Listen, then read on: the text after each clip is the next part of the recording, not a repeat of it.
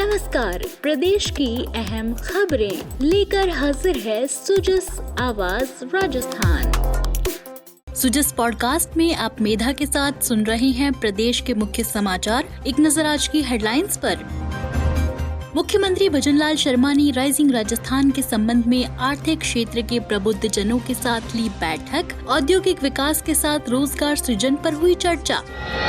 मुख्यमंत्री ने ली गृह विभाग के अधिकारियों की बैठक। कानून व्यवस्था, नागरिक सुरक्षा के उपाय और पुलिस बल के आधुनिकीकरण के दिए निर्देश। और मुख्यमंत्री ने उद्योगपति श्री रतन टाटा के निधन पर जताया शोक। कहा, यह देश के लिए अपूरणीय क्षति।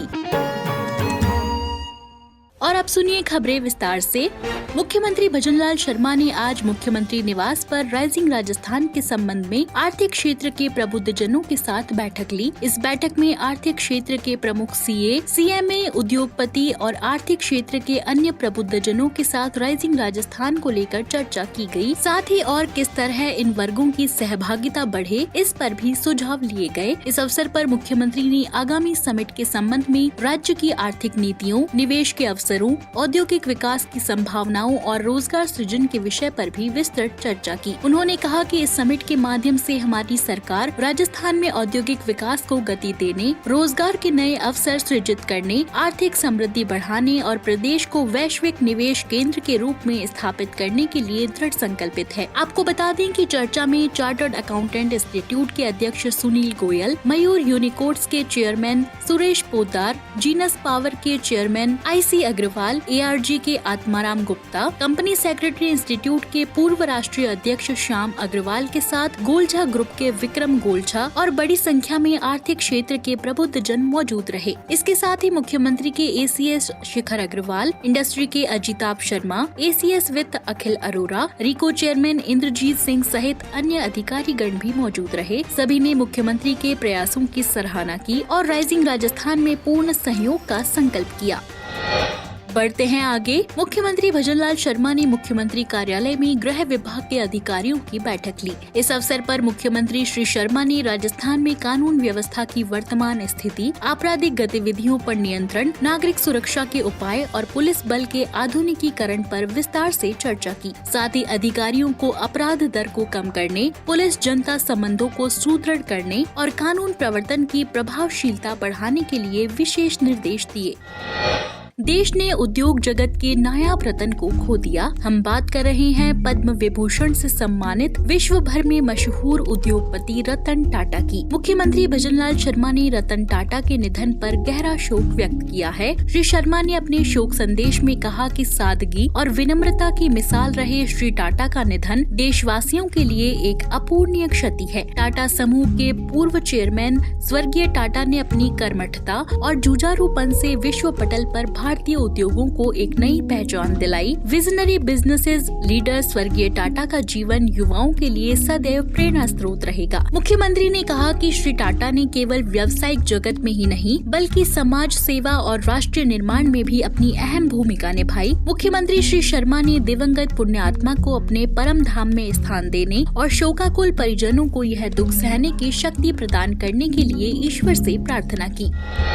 इसी क्रम में राज्यपाल हरिभाऊ किशनराव बागड़े ने भी रतन टाटा के निधन पर गहरा शोक व्यक्त किया है। श्री बागड़े ने अपने शोक संदेश में कहा कि उनका निधन अपूरणीय क्षति है। राज्यपाल ने कहा कि राष्ट्रीयता से जुड़े रतन टाटा ने भारतीय उद्योग जगत में अपनी मौलिक दृष्टि से देश को वैश्विक पहचान दी। उन्होंने स्वर्गीय टाटा के औद्योगिक और सामाजिक सरोकारों को स्मरण करते हुए कहा कि वे दूरदृष्टि वाले उद्यमिता को बढ़ावा देने वाले लोकप्रिय उद्यमी थे। राज्यपाल ने ईश्वर से पुण्यात्मा की शांति और परिजनों को यह दुख सहने की शक्ति प्रदान करने की कामना की है। मुख्यमंत्री भजनलाल शर्मा ने कल डूंगरपुर के गुरुकुल संस्थान सभागार में आयोजित जिला स्तरीय बैठक की अध्यक्षता की। मुख्यमंत्री ने बैठक में कहा कि राज्य सरकार विकसित राजस्थान के लक्ष्य की ओर निरंतर कार्य कर रही है। ऐसे में अधिकारी, कर्मचारी और आमजन को बिजली, पानी, चिकित्सा, शिक्षा जैसी मूलभूत सुविधाएं सुलभता से उपलब्ध कराने के लिए कर्तव्य निष्ठा और समर्पण भाव के साथ काम करें। उन्होंने इन कार्यों में कोताही बरतने वाले कार्मिकों पर सख्त कार्रवाई करने के निर्देश निर्देश दिए। उन्होंने कहा कि राज्य सरकार वागड़ क्षेत्र के सर्वांगीण विकास के लिए विशेष प्रयास कर रही है। मुख्यमंत्री ने कहा कि चिकित्सा एवं स्वास्थ्य विभाग मौसमी बीमारियों की प्रभावी रोकथाम करे। उन्होंने आमजन को त्वरित और सुलभ उपचार उपलब्ध कराने की दृष्टि से प्राथमिक स्वास्थ्य केंद्रों, उप स्वास्थ्य केंद्रों, सामुदायिक स्वास्थ्य केंद्रों और जिला अस्पताल पर दवाइयों की पूर्ण उपलब्धता के साथ चिकित्सक और नर्सिंग कर्मियों की मौजूदगी सुनिश्चित करने के भी निर्देश दिए। श्री शर्मा ने जल जीवन मिशन के कार्यों की विस्तृत समीक्षा भी की। श्री शर्मा ने कहा कि सिंचाई विभाग डूंगरपुर जिले की भौगोलिक परिस्थितियों के अनुसार किसानों को पर्याप्त सिंचाई का पानी उपलब्ध कराने के लिए विशेष कार्य योजना भी बनाई। उन्होंने जिला कलेक्टर को जन कल्याणकारी योजनाओं और जिले में संचालित मुख्य विकास कार्यों को समयबद्ध रूप से पूरा करने के लिए निर्देशित किया। साथ ही उन्होंने rising Rajasthan global investment summit 2024 के तहत जिला स्तरीय गतिविधियों के संबंध में जानकारी लेते हुए स्थानीय उद्योगों को बढ़ावा देने और रोजगार के नवीन अवसर सृजित करने के लिए अधिकारियों को दिशा निर्देश दिए।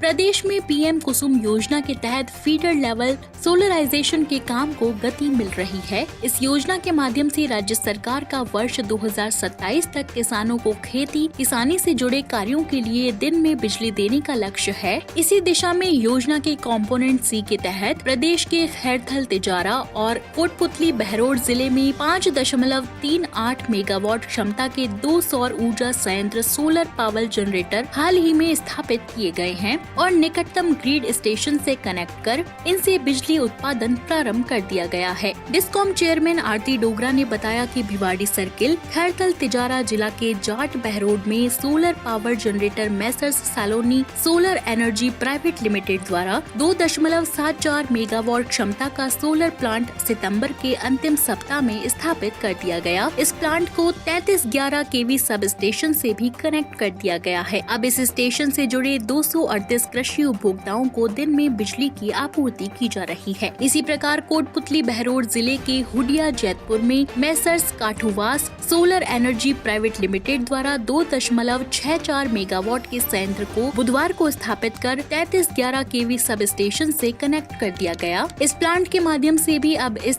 सब स्टेशन से जुड़े 247 कृषि उपभोक्ताओं को दिन में बिजली आपूर्ति होने लगी है। सुश्री डोगरा ने बताया कि जयपुर विद्युत वितरण निगम में कुसुम सी योजना के तहत 17.29 मेगावाट क्षमता के 7 सोलर संयंत्र स्थापित किए जा चुके हैं। इसके माध्यम से 1981 किसानों को दिन में बिजली मिल रही है। आपको बता दें कि सितंबर माह में मुख्यमंत्री ने मुख्यमंत्री रोजगार उत्सव के तहत आयोजित कार्यक्रम में पीएम कुसुम सी योजना के तहत प्रदेश में एक साथ 608 सोलर प्लांटों का शिलान्यास किया था। इन प्लांटों के जरिए 5,254 करोड़ रुपए का निवेश और 1,501 मेगावाट बिजली उत्पादन हो सकेगा। साथ ही किसानों को कृषि कार्य के लिए दिन में बिजली का लक्ष्य भी साकार हो सकेगा। कृषि आदानों, उर्वरकों, बीज और कीटनाशी की उपलब्धता और गुणवत्ता सुनिश्चित करने के लिए कृषि आयुक्त द्वारा सभी जिला और खंडीय कृषि अधिकारियों को विभिन्न कृषि आदान निर्माता, विक्रेता और खुदरा व्यापारियों द्वारा की जा रही अनियमितताओं के खिलाफ कार्रवाई करने के निर्देश दिए गए। कृषि अधिकारियों को दुकानों पर बिना प्राधिकार पत्र या विनिर्माण प्रमाण पत्र के उर्वरक की कालाबाजारी, जमाखोरी, बिल बुक और स्टाफ रजिस्टर निर्धारित प्रारूप में संधारित नहीं करना, अप्रामाणिक स्टॉक रजिस्टर उपयोग में लेना और अन्य प्रकार की अनियमितताओं के खिलाफ कड़ी कार्रवाई करने के निर्देश दिए हैं। कृषि आयुक्त चिन्मयी गोपाल ने बताया कि कृषि विभाग द्वारा चलाए गए 1 दिवसीय विशेष गुण नियंत्रण अभियान के तहत पूरे राज्य में विभागीय अधिकारियों द्वारा 997 निरीक्षण किए गए, जिसमें से कृषि आदान निर्माता, विक्रेता और खुदरा व्यापारियों के अनियमितता, कालाबाजारी और जमाखोरी पाए जाने पर 506 को कारण बताओ नोटिस, 49 के विक्रय पर रोक और 10 के प्राधिकार पत्र निलंबित कर दिए गए हैं। और चलते चलते स्कूल शिक्षा विभाग के शासन सचिव कृष्ण कुणाल की अध्यक्षता में शिक्षा संकुल में रीट परीक्षा की तैयारियों के संबंध में बैठक आयोजित हुई। अध्यापक लेवल 1 और लेवल 2 की पात्रता के लिए रीट परीक्षा की फीस पूर्ववत ही रहेगी और परीक्षा आयोजन के लिए नोडल एजेंसी माध्यमिक शिक्षा बोर्ड राजस्थान रहेगा। परीक्षा उत्तीर्ण के लिए न्यूनतम अंक अपडेट करने और परीक्षा में 5वां विकल्प भी शामिल करने का निर्णय लिया गया है। परीक्षा की संभावित तिथि जनवरी 2025 के दूसरे पखवाड़े में होगी। तो आज के सुजस पॉडकास्ट में इतना ही। मेधा को दीजिए इजाजत, कल फिर होगी आपसे मुलाकात। तब तक के लिए नमस्कार।